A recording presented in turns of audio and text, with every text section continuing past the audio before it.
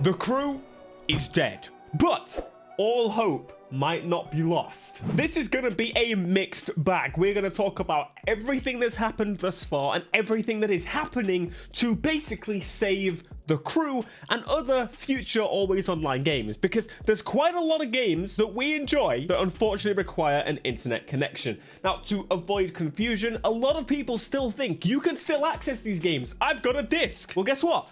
I've got at least 3, but all of these are completely useless because the servers are offline. So, a quick summary.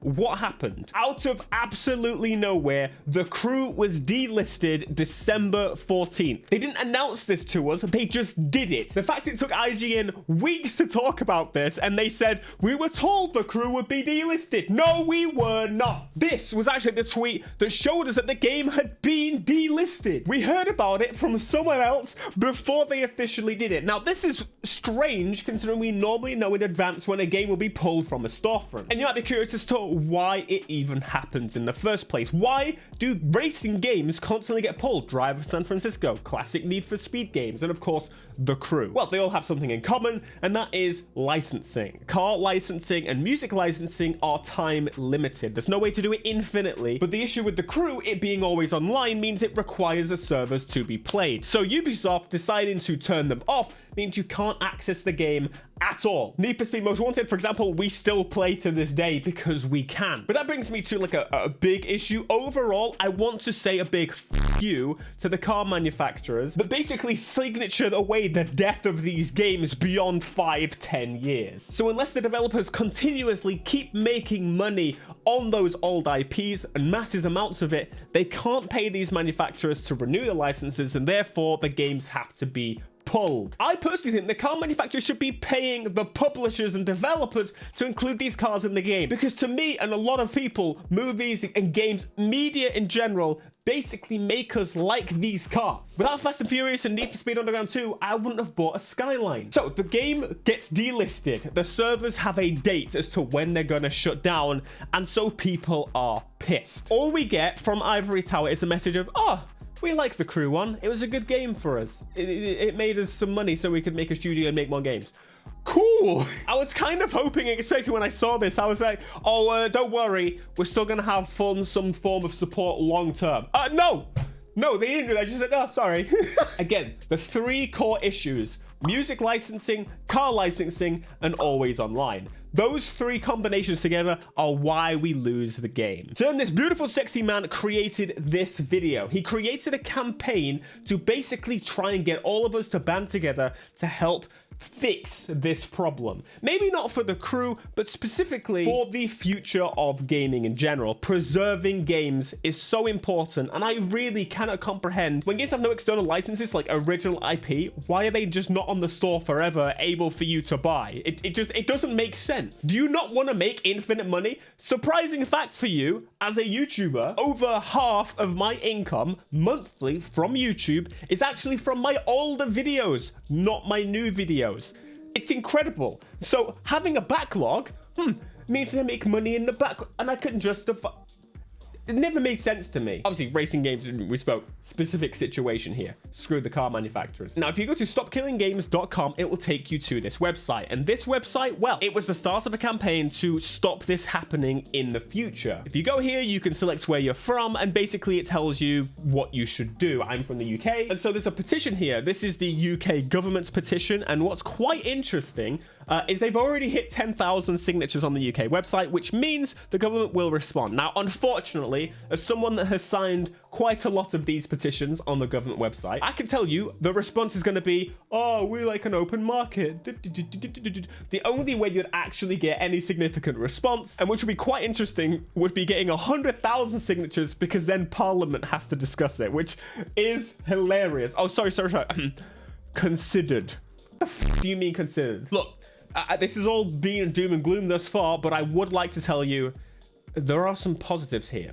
During this whole time, during this whole process, this is something we knew about. The community were banding together to try and get this to work offline. Now, this is incredibly exciting. This is posted just a few days ago. They have managed to get through to the main menu. They are creating a server emulation project, which essentially means they're emulating the crew's official servers. So the game, unfortunately, has a lot of ties to the servers. So when you basically buy a car, when you do something in the game, it pings to the server and says, can this person do this? But the fact that they've got past the login screen, they've got to the map screen, is a huge step. This may take a very, very long time to be fully complete, but they are working on both a single player and server fix for the game. Now, one of the reasons this is even more exciting, this right here was posted just before Ubisoft made another move. Now, we don't know exactly why Ubisoft did this, but essentially all rights to ownership of the crew were ripped from people's Uplay accounts. If you come to your library of games, you will notice that the crew is grayed out. If you click on it, it says you no longer have access to this game. Why not check out the store and purchase? What the? No! Saying that, I bought Motorfest again. This, again, huge side thing. Ivory Tower, Ubisoft, whoever, you need to come out ASAP. This is for the sake of yourselves and for us. How are we expected to justify the cost, time to put into these games? And a lot of games make money based on playtime these days, especially with the Xbox Game Pass and the like. We can't be expected to put all this time and effort into a game that we think may also be pulled one day, which is rather unfortunate, especially me being in Motorfest. Of course, I'm going to be an advocate for this game to live forever. They need to come out ASAP, or they're doing some pretty big damage to themselves. There's also a different path of thought of where Ubisoft delisted this game to actually make it easier for the community to create this offline version. If the licensing doesn't ping home, well, maybe the DRM is gone, right? Right? It looks a lot worse than this initially. The Crew Motorfest has gone to mixed. Before, it was very negative. Bro, the top Steam reviews, as far as all right. But most people are being super, super negative because of the fact this has gone huge. It's going to be incredibly wide scale to the point where even IGN and the whole internet is covering this. So people are frustrated. Nonetheless, even if they enjoy it, people are buying and refunding the game just to give it a negative review. They're review bombing it. I'm not sure I agree with overall. I don't think it's fair because imagine all of a sudden they change their mind. But I was trying to quickly need to come out and say whether, for example, the Crew 2 and the Crew Motorfest will get offline patches or if they will not. Because if they don't, well, of course, that's maybe why they're going to stay quiet. But if they do, at least it tells us, like, oh, okay, we understand. Be human. Look at what Need for Speed's doing PR-wise. It's a really good approach. But the longer you leave us hanging, the more we're going to be like, they're going to get shut down too, huh? You can't build me a car and then take it off me. I will not have it. Well, literally.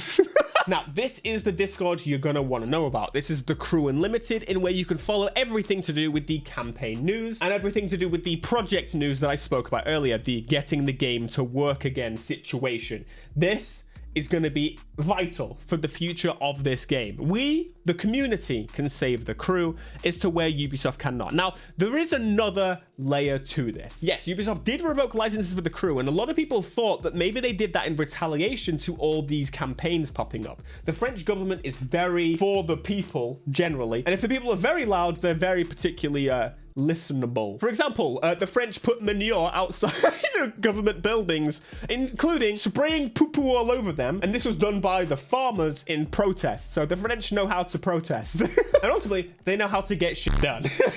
So there's a lot of information there, so I kind of want to summarize up the most important points. That's how you can help, but also how Ubisoft and Ivory Tower need to get the fingers out of their asses and get fixing this. The crew is gone. Unless Ubisoft shell out big money to renew the licenses, it's just not going to happen. And then it's ultimately going to happen again. So the community are going to work really hard in getting the crew working again, if not into a better state as to where mods will be completely possible in the crew, which would be amazing. Join the Crew Unlimited and help join in the project. If you know anyone or know anything that you can help with for the crew, you have the know-how or the ability, then of course join and try and help us out. And also just to stay up to date with the project and also the campaign. Number two, this won't directly help save the crew because the crew is dead to Ubisoft. It just will not come back unless they did a remake, remaster, or something of the other, which again, they'll probably have the same thing happen. Choose where you're from and try and assist where possible. Now, as I say, this will not help the crew one. This is basically forcing game developers to include a certain level of playability once the servers are shut down. For example, Gran Turismo Sport mostly 90% playable, now the servers are shut down. It's basically putting that into law, and if they put it into law into one place, they're not going to have that one version be that way and make different variations for the others. If they do, everyone will just go get that version physically. And number 3, just be vocal, but be kind. I've seen some insanity going around the internet. There's some absolute hatred towards developers and public, and I get it, but we've got to do this civil. We can't just be throwing, I know firsthand, throwing angry, ranty, just kind of useless things out there. It doesn't get anywhere. Anger doesn't help the situation. Venting just pure hatred doesn't get you anywhere. What we need to do is to make ourselves heard, look civil, and not be like, oh, these bunch of gamers just want everything for free. Just think about it. Be more thoughtful. Anyway, all the links will be down in the description. And of course, check out the previous videos if you're into the crew, because I played through the whole damn game before it got shut down. That was my way of kind of preserving memories. Played it with a friend. It's good fun.